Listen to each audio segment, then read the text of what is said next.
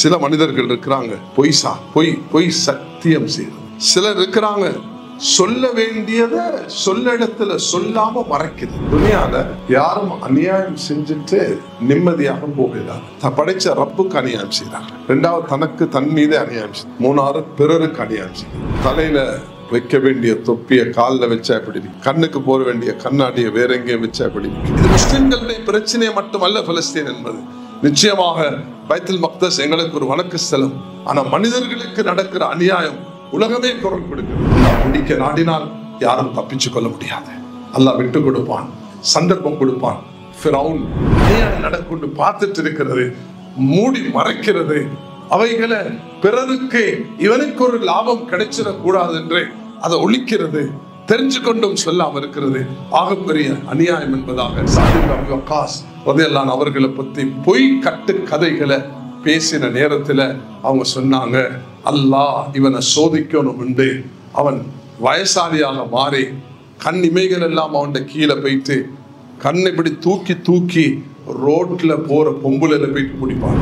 தலையில வைக்க வேண்டிய தொப்பிய காலில் வச்சா எப்படி இருக்கு, கண்ணுக்கு போட வேண்டிய கண்ணாடியை வேற எங்கேயும் வச்சா எப்படி இருக்கு. அப்ப அது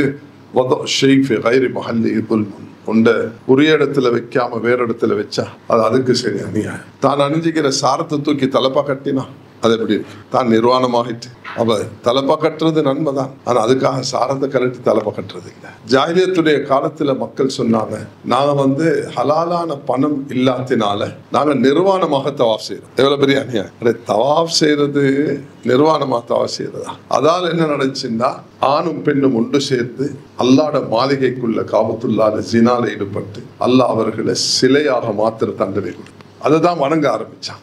360 சிலைகளாக மாறிச்சு. அதனால கண்ணியமானவர்களே, அநியாயம் ஒன்று ரப்புக்கு செய்யறது இருக்குது. அல்லாஹ் தஆலா சொல்கிறான், இன்னல்லாஹ லா யத்லிமு الناس شيئا ولكن الناس انفسهم يظلمون. நிச்சயமாக அல்லாஹ் மனிதர்களுக்கு அறவே தீங்கிழைப்பதில்லை, மனிதர்கள் தீய செயல்கள் செய்து தமக்கு தாமே தீழைத்துக் கொள்கிறார்கள். இது அல்லாஹ் தஆலா சூரத் யூனுஸ் 44வது திருவசனத்தை சொல்கிறான். வமா ரப்புக லில்லாமில் லில் அபீத். அல்லாஹ் தஆலா அடியார்களுக்கு ஒரு நாளும் அவன் தீங்கு செய்வதில்லை, அவர்கள் தான் தமக்கு தாமே அநியாயத்தை தீங்கையும் செய்து கொள்கிறார். இன்னும் அல்லாஹ் தஆலா சொல்கிறான், வத்தகு ஃபித்னத்தன் லா துஸிபன் அல்லதீன ஸலமு மின்கும் ஹாஸா வஅலமு அன்னல்லாஹ ஷதீதுல் இகாப். வேதனை பயந்து கொள்ளுங்கள், அது உங்களில் அநியாயக்காரர்கள் மட்டுமே பிடிக்கும் என்பதல்ல, முடிவில் அது உங்களை சூழ்ந்து கொள்ளார். நிச்சயமாக அல்லாஹ் வேதனை செய்வதில் கடுமையானவன் என்பதாக சொல்கிறான். அந்த அநியாயக்காரர்களுக்கு அல்லாஹ் கொடுக்கிற தண்டனை லா யுஹிப்புல்லாஹ் ஸாலிமீன்.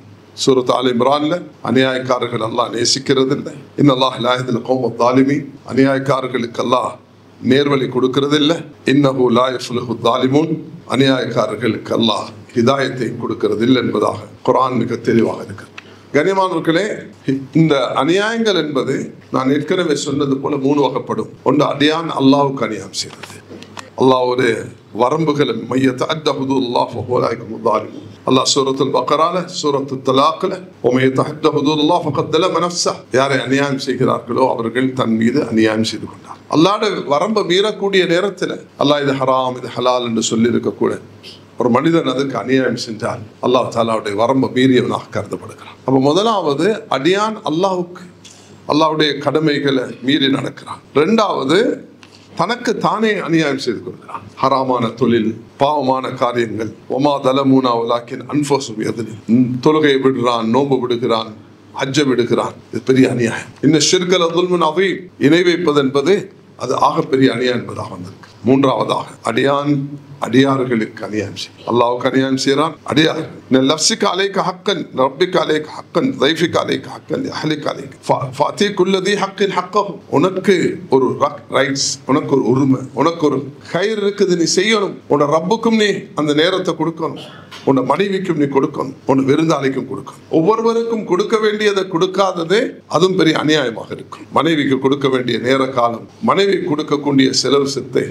மனைவி ஒரு பெண்மணி ஹிந்த் பின் உத்பா நபி ஸல்லல்லாஹு அலைஹி வஸல்லம் சாட்சாவை கொண்டதுக்கு காரணமாக அமைந்த ஹிந்த் என்ற அபூ சுஃபியானுடைய மனைவி முஆவியா ரலியல்லாஹு அன்ஹு உம்மா அநியாயம் செஞ்சுட்டாங்க. ஹம்ஸா ரலியல்லாஹு அன்ஹு கொண்டுட்டாங்க. ஆனா பிந்தி தௌபா செஞ்சாங்க. நபி கிட்ட வந்து கேட்கிறாங்க, யா ரசூலுல்லாஹ், என் கணவன் எனக்கு செலவுக்கு பணம் தரணும், ஆனா உரிய முறையில தாரார் இல்ல. அந்த அளவு என்ன எடுக்கிறதுக்கு அனுமதி இருக்குதான்னு நபி அவங்க சொன்னாங்க, ஹுதிஹா பில் மஅரூஃப். அவர் எவ்வளவு தரணும்? 100, 50 தான் தாராருண்டா, எஞ்சுள்ள 50 உங்களுக்கு எடுக்கிறதுக்கு அனுமதி இருக்குது. அதை விட கூட இருக்கிறார். அவங்களோட மனைவிக்கு ஒரு ஹக்கு இருக்குது, உங்களுக்கு ஒரு ஹக்கு இருக்கு. மனிதன் தன்னை மாற்றி அநியாயம் செய்யக்கூடாது. தன்னை தூக்கம், தன்னுடைய தொழில், தன்னுடைய உணவு, தன்னுடைய நேரம், இதெல்லாம் பாதுகாத்துக் கொள்றது.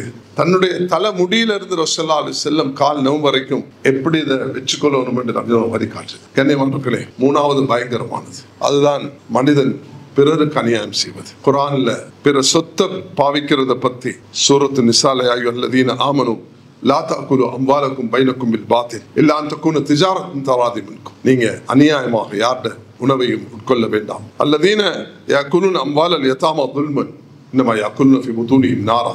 யாரு அநியாயமாக ஒரு பிறருடைய அந்த உணவை சாப்பிடுகிறார்களோ, யதீமுடைய சொத்தை சாப்பிடுகிறார்களோ, அவர்கள் வௌத்துல நெருப்பு தான் கட்டுகிறார், நாளைக்கு நரகத்துல போவார்கள். உலகத்திலேயும் அல்லாஹ் இப்படித்தான் செய்வார். மந்தலம கீத ஷிப்ரி மினல் அர்த் தபகஹுல்லாஹ் தபகஹு சப்அ அர்தி.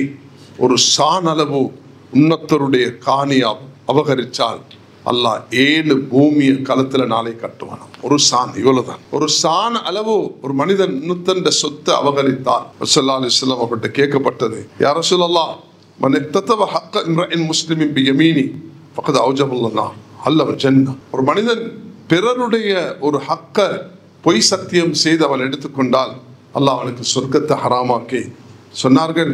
சின்னதா இருந்தாலும், ஒரு குச்சாக இருந்தாலும் நீ அதுக்கு விலை கொடுக்க வேண்டியவன். கண்ணியமானவர்களே, சில மனிதர்கள் இருக்கிறாங்க பொய் சத்தியம் செய்வது. சிலர் இருக்கிறாங்க சொல்ல வேண்டியதை சொல்ல இடத்துல சொல்லாம மறைக்கிறது. இதுவும் அநியாயத்துல பெரிய அநியாயம். அல்லாஹ் தஆலா குர்ஆன்ல வமன் அத்லம மிம்மன் கதம ஷஹாதத இன்தஹு மினல்லாஹ் வமல்லாஹு பகாஃபின் மா தஅமலூன். சூரத்துல் பக்ரால 140வது திருவசனத்துல அல்லாஹ் தஆலா கேட்கிறான், உனக்கு ஒன்று தெரிஞ்சிருந்தும் நீ சொல்லாம மறைக்கிறியே.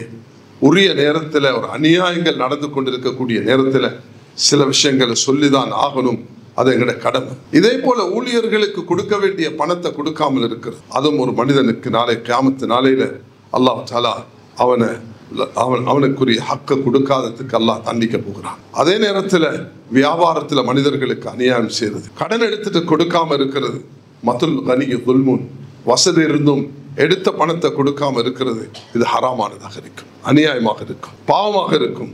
வட்டியை பத்தி துப்தும் ஃபலக்கும் ருஊஸ் அம்வாலிக்கும் லா தத்லிமூன வலா துத்லமூன். அல்லாஹ் தஆலா சூரத்துல் பக்ரா 279வது திருவசனத்துல இதை பத்தி சொல்கிறான். கண்ணியமானவர்களே, ஒன்றைக்கு இது செல்வத்தில் உள்ள அநியாயம் பிறருக்கு செய்யறது, ஒன்றுக்கு உடம்பு ரீதியாக செய்யக்கூடிய அநியாயம் ஒன்று இருக்குது, அதுதான் மனிதனை கொல்றது. மன் குத்தில மதுலூமன் ஃபகத் ஜஅல்னா லி வலிஹி சுல்தானன் ஃபலா யுஸ்ரிஃப் ஃபில் கத்ல் இன்னஹு மன்சூரா. மனிதன் இன்னொருத்தர மன் தரப சௌத்தன் துல்மன் உக்துஸ்ஸபி யௌமல் கியாமா. ஒரு சாட்டை எடுத்து ஒரு சின்ன அடி போட்டாலும் அவருக்கு அதுக்குரிய தண்டனை கிடைக்கும் என்பதை மிக தெளிவாக